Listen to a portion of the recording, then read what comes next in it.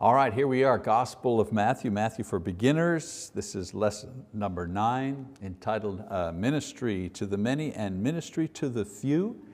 If you're following along in your Bibles, it is chapter 13, Matthew chapter 13, and we're doing narrative number 4.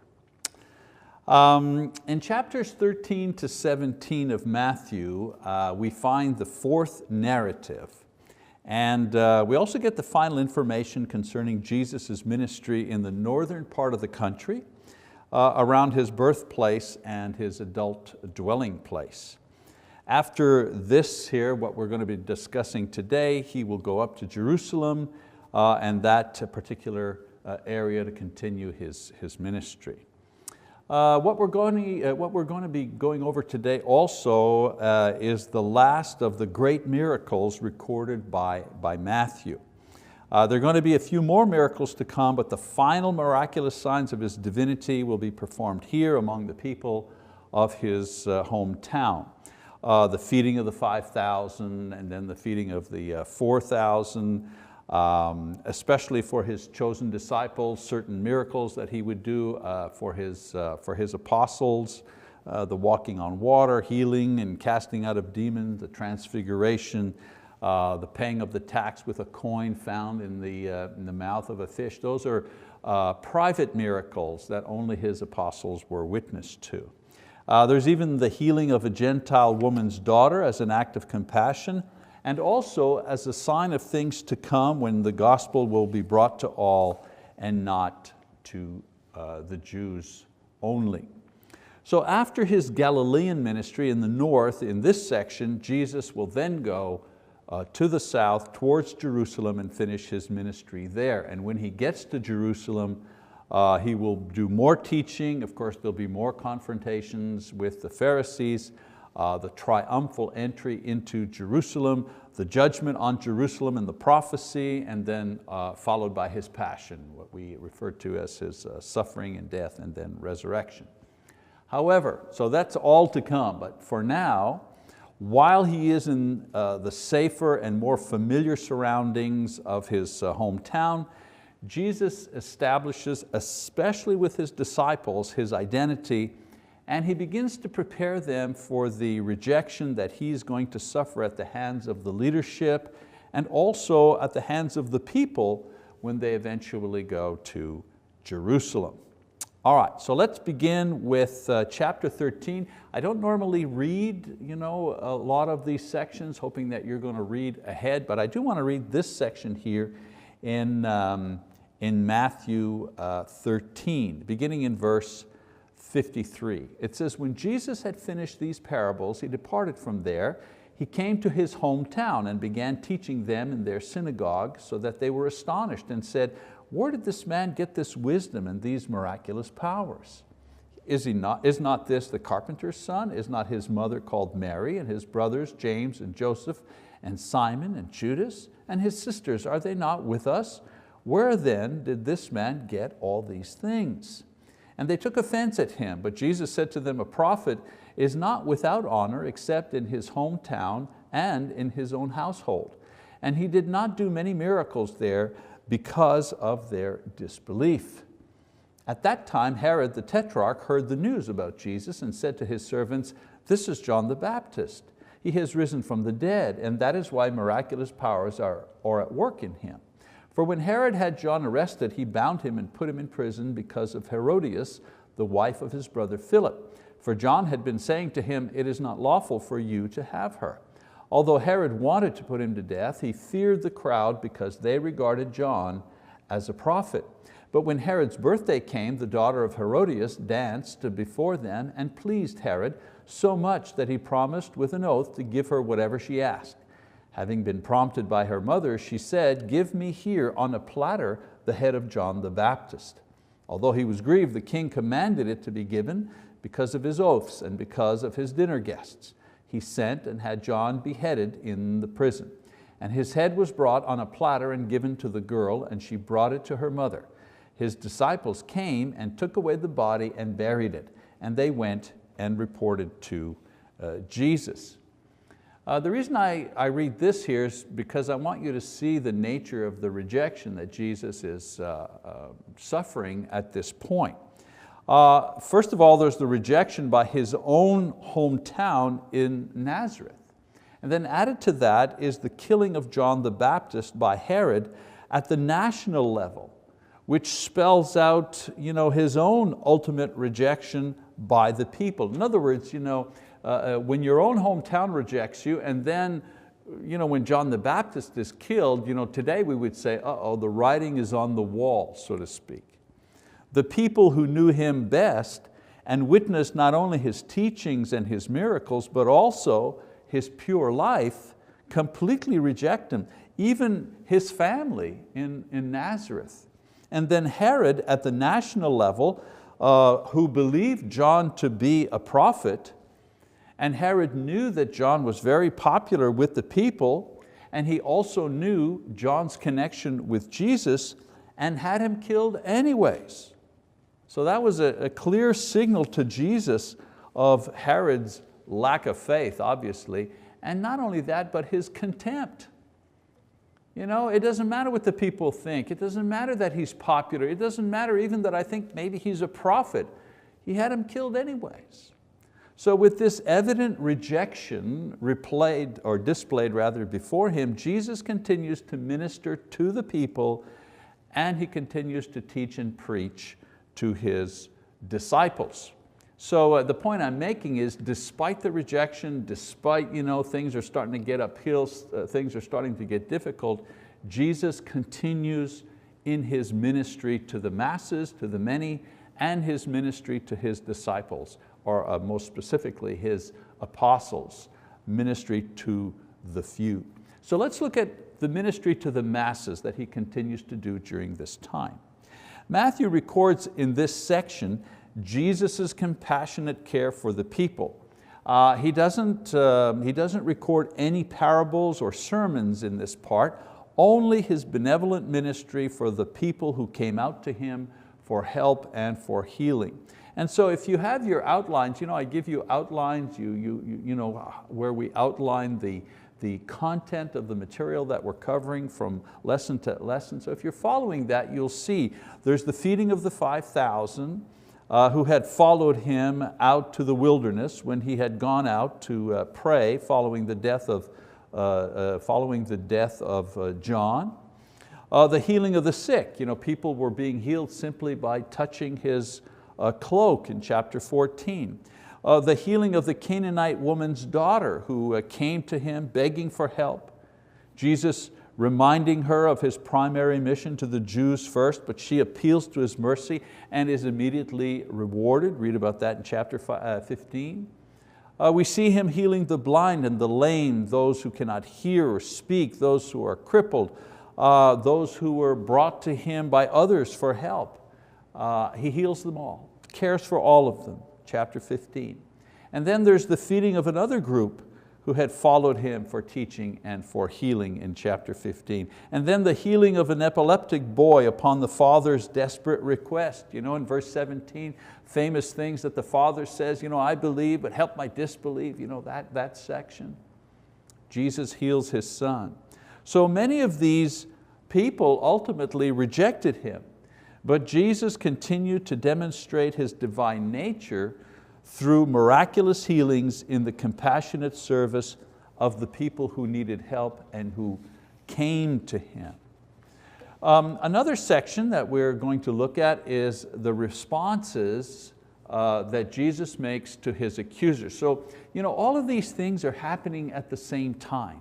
The rejection and the pushback from the people, and Herod, what he's doing.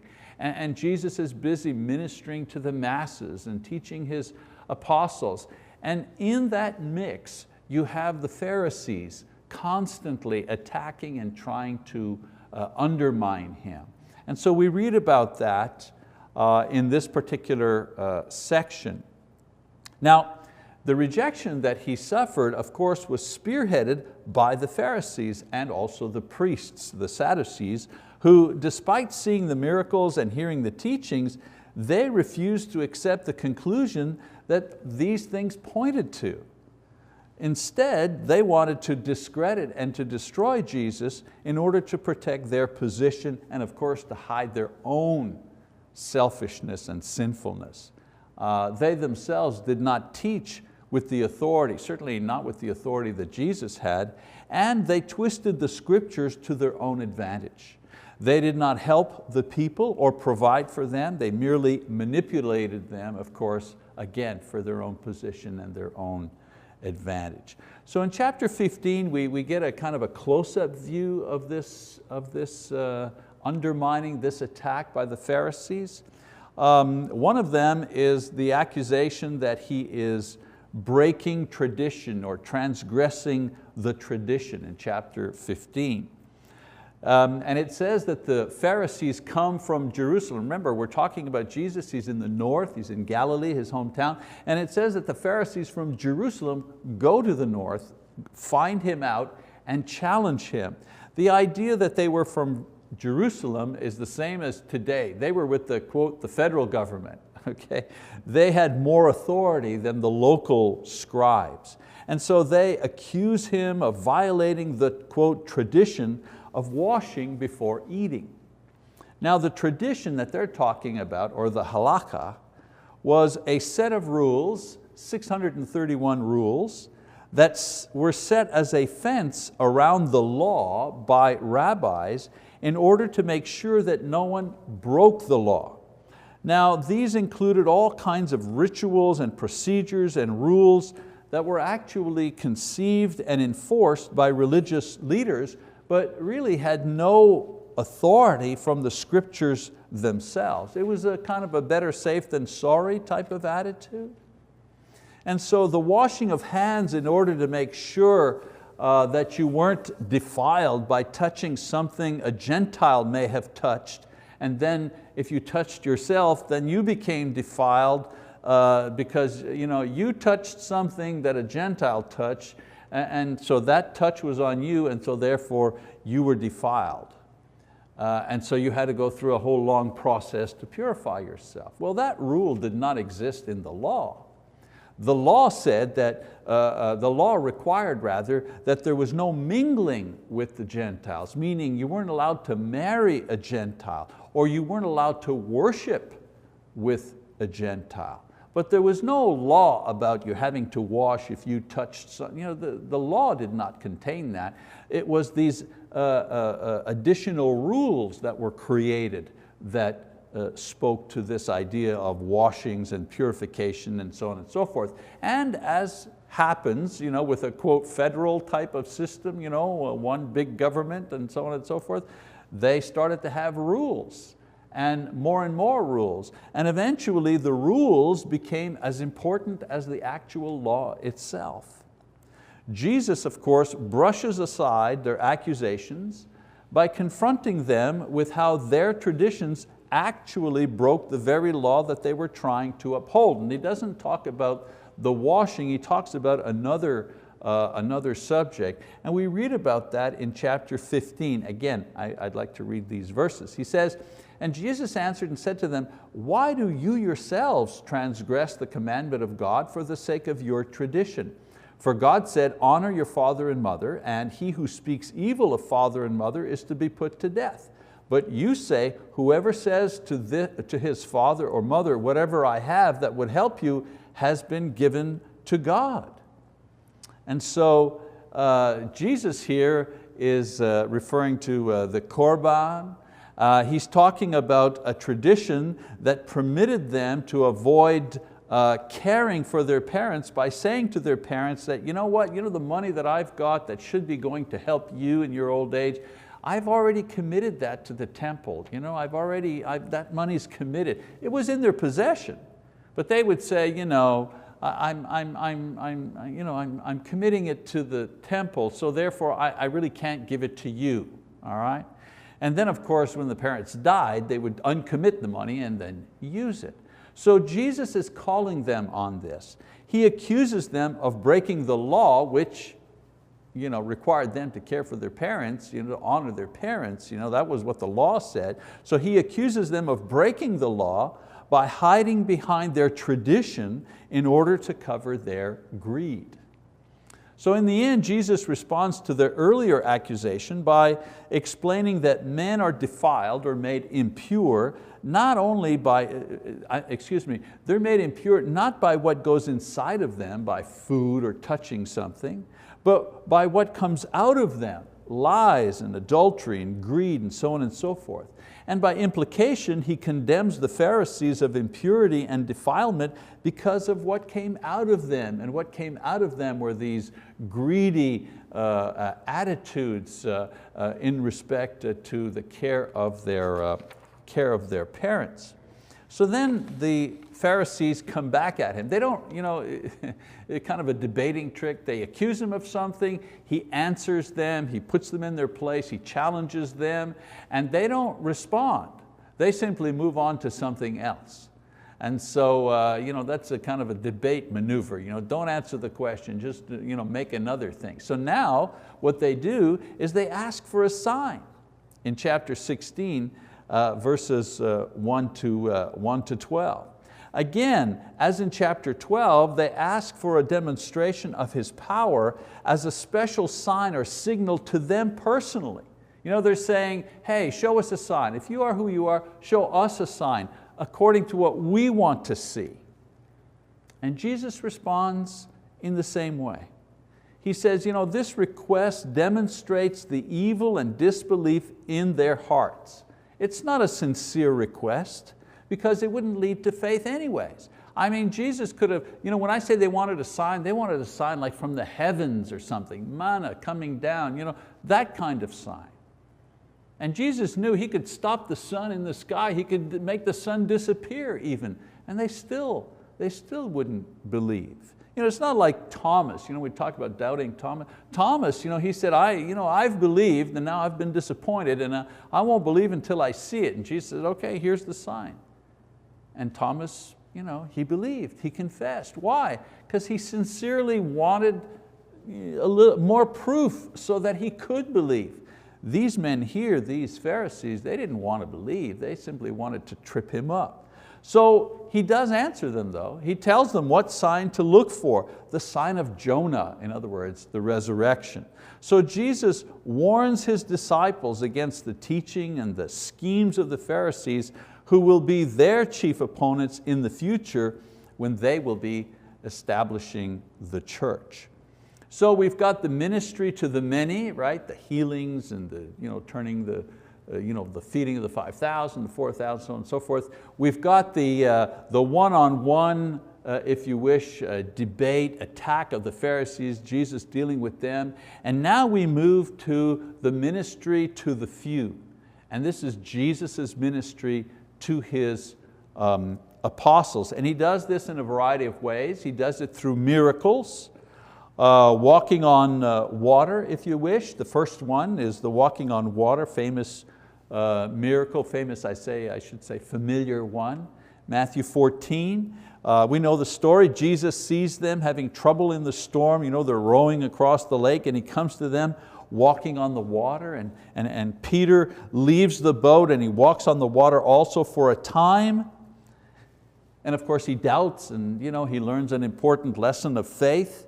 But the thing that's really interesting about this story here is that in verse 33 of Matthew 14, it says that once that Jesus comes back into the boat with Peter and the storm is calmed and so on and so forth, all of the apostles in the boat began to worship Him.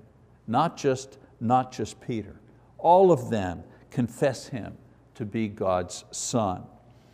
His great personal miracles to build the faith of His disciples are demonstrated here by Matthew. And then the other miracle, again, ministry to the few, is the transfiguration. Not even all the apostles are there, only a few apostles see this one in Matthew 17. 3 of them, Peter, James, and John, they witness the visual brightness of Jesus' divine nature and His ability to communicate beyond time with Elijah and Moses. And we've said before, why Elijah and Moses? Why not someone else? Because Elijah and Moses represent something. Moses represents the law. Elijah represents the prophets. And remember, Matthew is writing specifically with Jews in mind. And Jews will not accept who the Messiah is unless the Messiah comes according to the law and the prophets. And so Elijah and Moses represent the prophets and the law. Now Luke in his, we're not studying Luke, but Luke adds a little more information to this particular episode. He records that they spoke of His crucifixion that was to come.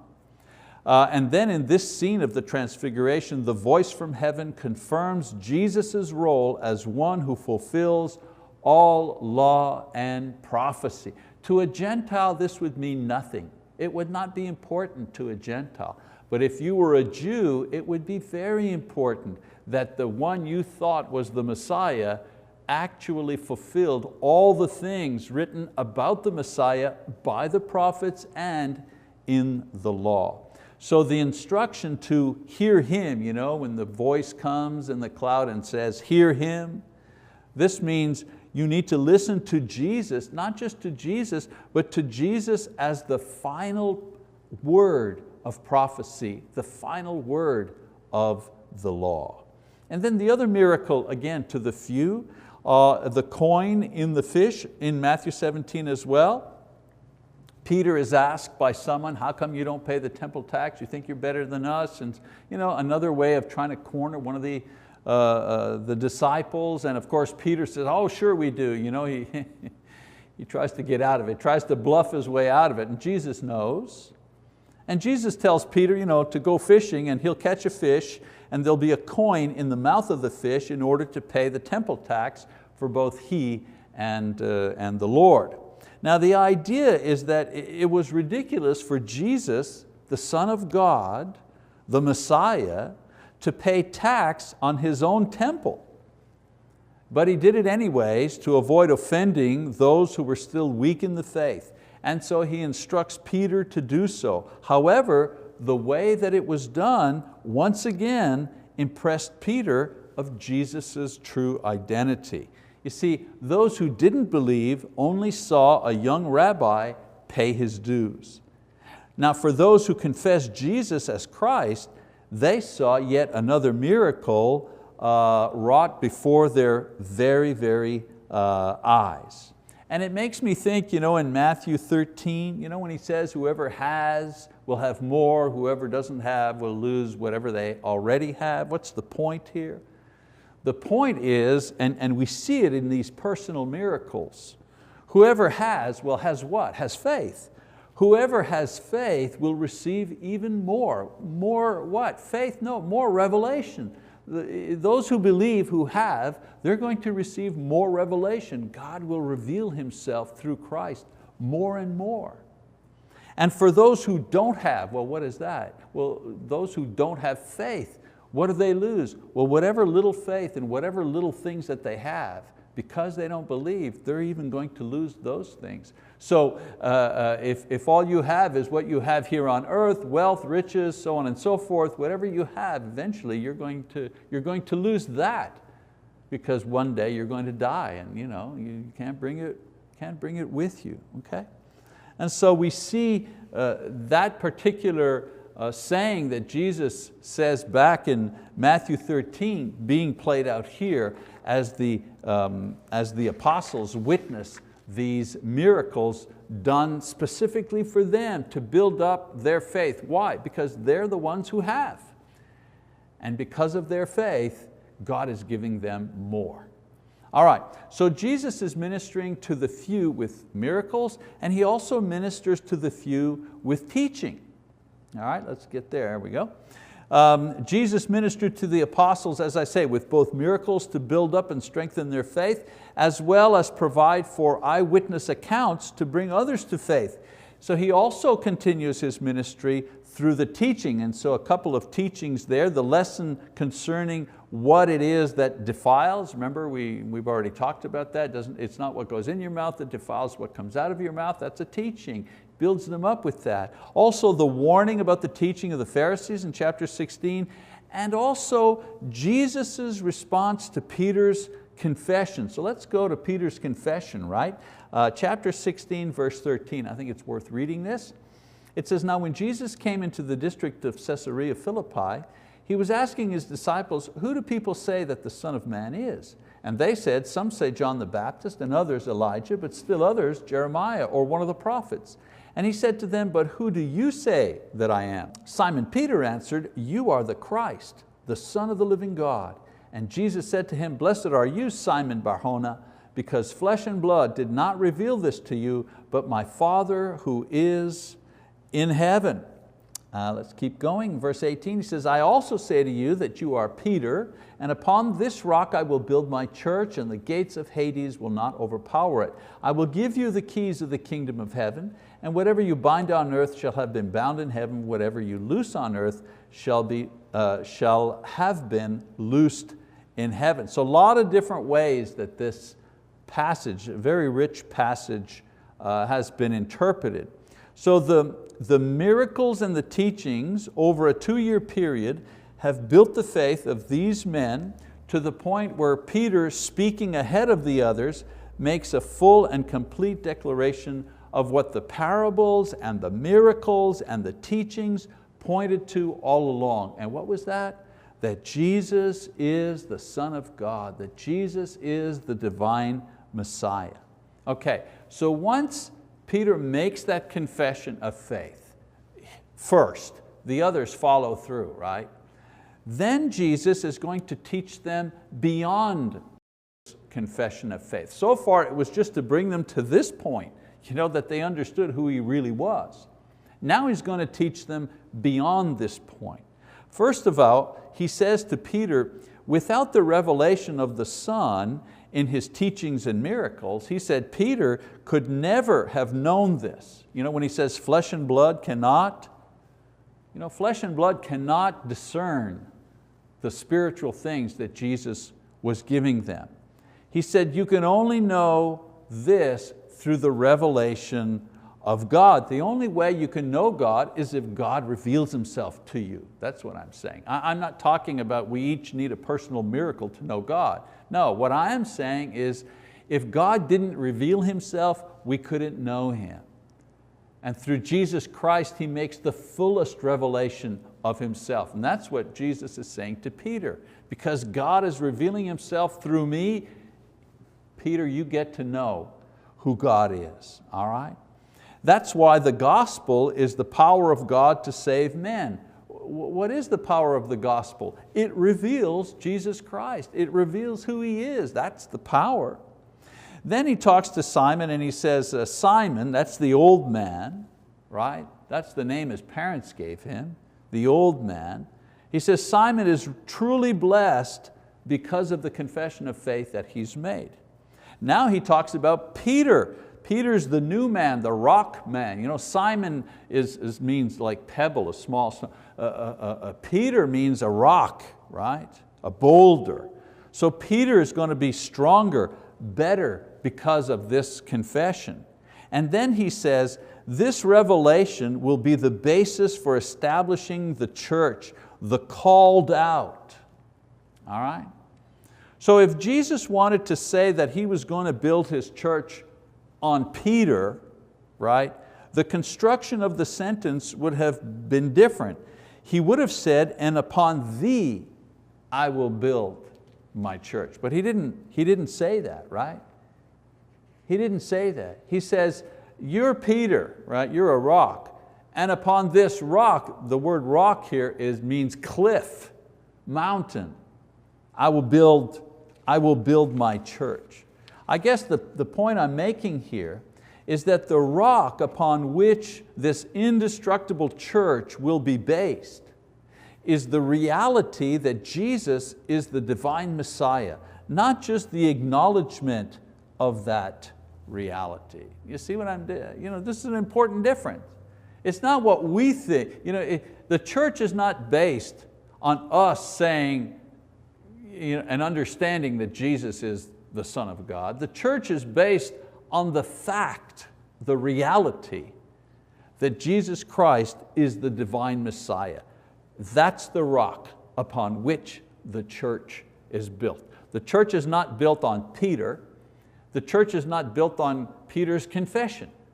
The church is built on the reality that Jesus Christ is the Son of God, that Jesus Christ is the Messiah. That's the cornerstone, that's the foundation, that's the church that we build. And when we're preaching the gospel, and when we're preaching that Jesus is the Son of God, the divine Messiah, we have set into place the proper cornerstone, the proper foundation to build the church. And that's what Jesus is saying this. A church built on that rock is not going to fall. So to those who first believed and confessed, Jesus begins to outline the ministry that they're going to have. And the ministry that they're going to have, he talks about the keys of the kingdom. I give you the keys of the kingdom. The keys of the kingdom is the ability to open the doors of the kingdom of heaven. Well, how do you open the doors of the kingdom of heaven? Well, what's the key? Well, it's the gospel. The gospel is the key. The message that they preach and the message that is received by the people, that's what opens the door to the kingdom of heaven. So what are the keys that Jesus gives to the apostles? Well, He gives them the gospel, right, number one, and He gives them the empowering of the Spirit to do miracles in order to confirm that what they were saying about the gospel was actually true. No one else could open the doors of the kingdom of heaven. No one else but the apostles. Why? Because no one else but the apostles had received the gospel, the full gospel, and they had received it not only through teaching, but they had received it through an eyewitness of Jesus' miracles, His death, His burial, and His resurrection. They had been given all of that so that they could go out to preach. In addition to this, they received the empowering of the Holy Spirit that enabled them to do miracles. So there's the keys. I've got the message and I've got the power to confirm the message. And that's the key that opens the doors to the kingdom of heaven. The idea of keys comes from Isaiah and David, key to the throne. It always means authority in the Bible. When he talks about binding and loosening, this is the authority to speak to men here on earth for God. In other words, the inspired writings to define the structure and the functioning of the church. They've also received that. And as they teach, remember in that passage it says whatever they bind will have been, meaning it's already in heaven. So they're taking the information that is already set in heaven through the teachings of Christ, through the inspiration of the Holy Spirit, and they're giving them to the church. So what they're building, what they're doing, what they're binding and loosening here is simply a reflection of what is bound and loosened in heaven. Okay? So they didn't invent the teachings, but whatever they instructed was already from heaven and thus confirmed. That's the idea of binding and loosening. Some people have interpreted that to mean that apostles and then preachers and other religious leaders have a right to change things, do things, and I have the right to bind. No, the binding and loosening, the only reason that whatever is bound on earth is bound in heaven is because it's already in heaven. And if you loosen it here, the only reason you have the authority to loosen it here is that it's already loosened in heaven. That's the point. Now there are many varied interpretations, but in summary and in context of all that followed in their lives, these points explain well the meaning of Jesus' promise. He promises them. Now he teaches them beyond their recognition that He is the Son of God. Okay, He says, you're going to build the church on this rock, that I am the Son of God, the Messiah. And as you build it, what you build here, what you loosen and what you bind, what you build here is already in heaven. Okay? Don't worry, it's already in heaven. In other words, you can speak with authority because you are speaking from the authority of God as the Holy Spirit inspires you. And then He not only goes beyond Peter's confession to tell them what they will be doing, the essence of their ministry later on. He also goes on to give a prophecy concerning His crucifixion. In Matthew 16 and Matthew 17, in several places, the momentous revelation through teaching and miracles become tempered with the revelation also that in the Messiah, although Him being divine, was also to die a terrible death and die with utter rejection by the leaders and the people. So it's like a high-low, good news, bad news type thing. Yes, you finally figured it out. Yes, good for you. I am the Son of God, and we're going to build a church on that reality, and you'll have the authority to build, and so on and so forth. But before all of that happens, there's this matter of crucifixion and death and resurrection. And so in giving them this information, He teaches them several lessons.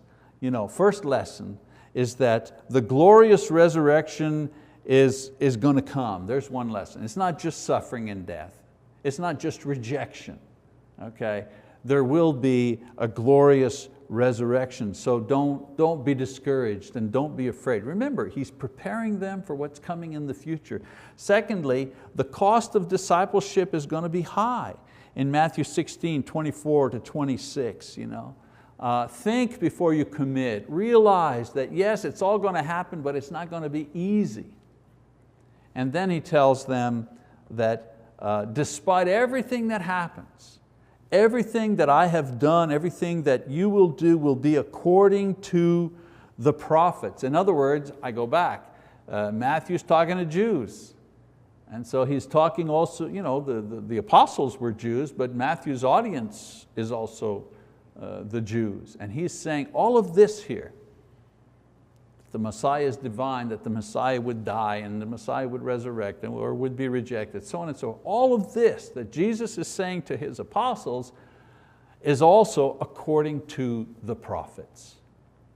And so for the apostles, it's a way to encourage them. Don't worry, you're doing the right thing because what you're doing has all been spoken of by the prophets. For those reading Matthew's record, he's saying to them at this point, everything that Jesus said and everything that Jesus did was according to the prophets, and thereby establishing His legitimacy in the eyes of His Jewish readers. So with a mixture of faith in Him as the divine Messiah and the knowledge of His impending cross, they are now ready to leave home and head for Jerusalem for the last time in order to face the unbelieving leaders and the difficult crowd and of course the terrible cross that He must go to. All right, we're going to stop here in this particular section. Next week, encourage you to read discourse number 4, and that'll be Matthew chapter 18, verses 1 to 35. We'll be covering that. All right, thank you very much for your attention.